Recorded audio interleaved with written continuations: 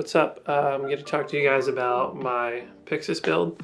I've had the camera for a couple weeks now, and it's a beast. I'm a big fan of it. Pairs nicely with the Ursa Mini Pro 12K that I have, and essentially I got this camera just to act as a B camera, but also for projects where it's like a really small team. I can really strip this down, still get like similar image quality that I can get out of the Ursa, but in a smaller form factor without having to have a 25-pound rig. So yeah, this is the current setup. Basically, it's a mix of Shape, some wooden camera stuff, and Tilta. So the top cheese plate is the Shape top plate that they came out with. It was pretty affordable. I'm a big fan of Shape stuff. I have a handful of their accessories for my Ursa. They make really quality stuff at a pretty competitive price. The base plate I have here is a wooden camera dovetail system. This specific base plate was for my Pocket 6K Pro. I've just held on to it. I used to use it on my Ursa, and it works out perfectly fine on the PYXIS as well. Top handle is going to be a wooden camera NATO top handle. That's connected to my Small HD Cine 5. This is a great little monitor. I have a 702 touch as well, but it just feels like a little overkill for this size of a camera. I also have some Condor Blue quick release plates, so if I'm running off an easy rig, I'll put like a Noga Cine arm on there and then just do quick releases from the arm to the monitor, just so I can kind of get it a little further out in front of my face and angle it in different ways. This rosette handle is a Pro-Aim handle, 40 bucks off of Amazon, gets the job done, and it's pretty comfortable for like a smaller setup. And then I want to take you guys to kind of like what I did the most research on, just because there's not a ton of integrated additional power solutions out for this camera right now. I know Mid49 was like making a battery plate, power distribution plate, whatever you want to call it, that they released on YouTube, but there's no specific product for. And I reached out to them to see if it was coming out anytime soon. It sounds like they're like still working some kinks out. So I did a little bit of research and I decided to go with the Tilta Universal battery plate. I don't know if you guys can see that there, I'm a little far away. But essentially, it's kind of like one of their older model battery plates, but it's really versatile. There's a variety of DTAP ports. There's 1, 2, 3, and then there's a fourth one on the bottom, and then there's a fifth one on the other side as well, which is really nice. So like you have tons of options in terms of power. And then there's also, it splits out your SDI signal as well. So, you know, a lot of people's gripe with this camera is there's only one SDI port, and what's kind of nice is you can send SDI out of the camera into the battery plate, and then you have 2 additional SDI outs. So say you want to run a long cable directly to like a larger monitor, or if you wanted to do that and combine with like a wireless transmission system that works really well. I've tested that out and it works pretty seamlessly. So it's kind of just like a nice plus of the battery plate, as well as it's got a 2-pin LEMO out, and how many pins is that?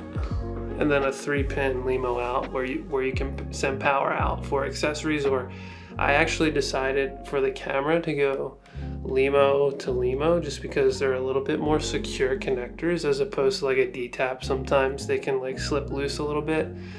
So that's like not going anywhere. So it's really nice that I kind of have just a secure cable I know is not going to give way on the camera when I have it powered up. Just running some Core, I think they're Nanos V-mounts off of these. I have a bunch of different Core batteries that, you know, different capacities and stuff like that. So I'm pretty much covered. And then the nice part is this can swing up.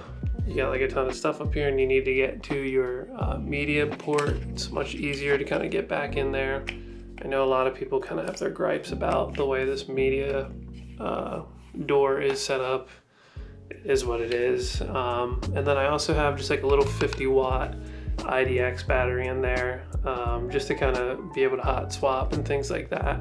I think I'm gonna buy a few more, truthfully. I think I'm gonna get a couple 98s too. I like wanted to run everything off of V-mount, but I think, you know, in order to really use this camera to like its maximum abilities, you'd be missing out if you didn't use the smaller BPU batteries too, because the really nice part about this camera is how modular it is. So basically I can go from this battery solution, all I do is pull a cable, these two knobs loosen up. This is a wooden camera, whatever you want to call this, like rod clamp that's actually specifically made for the Venice. And just through doing some research, it looked like it would fit perfectly on this cage, and it's got RE locking pins, and it takes 1/3/8 screw. So that's super secure, and like it's not a bunch of extra screws, it's just one screw there. It always lives on the camera. And then this comes off as simple as that. You can pull this off the camera, and then this D-tap to my monitor can just go, if I wanted to run something smaller, could go into the back of this battery, which is super convenient. Let's see, it's this way. Yeah, so like that's a super compact and just like nice build. I mean, especially like, I don't know, say you're doing like some little bullshit event stuff, you don't want to bring larger batteries out, you want to keep it super lightweight.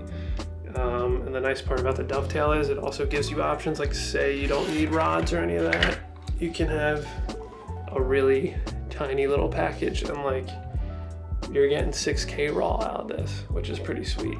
And the image quality is great.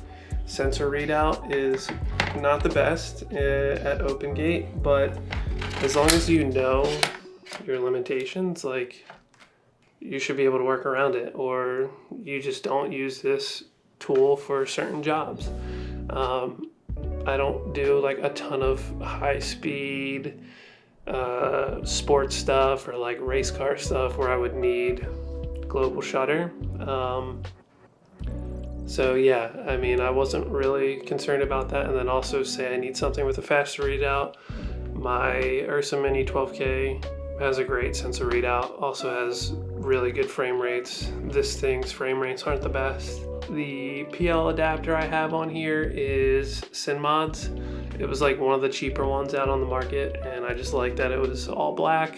Cinmod makes really good stuff, and yeah, it works out super well. Kind of just like looks pretty seamless with the camera, which I like. And yeah, these little anamorphics are pretty sweet too, especially shooting in open gate. It's pretty cool. Just took this camera on my first job a couple days ago, and it performed really well.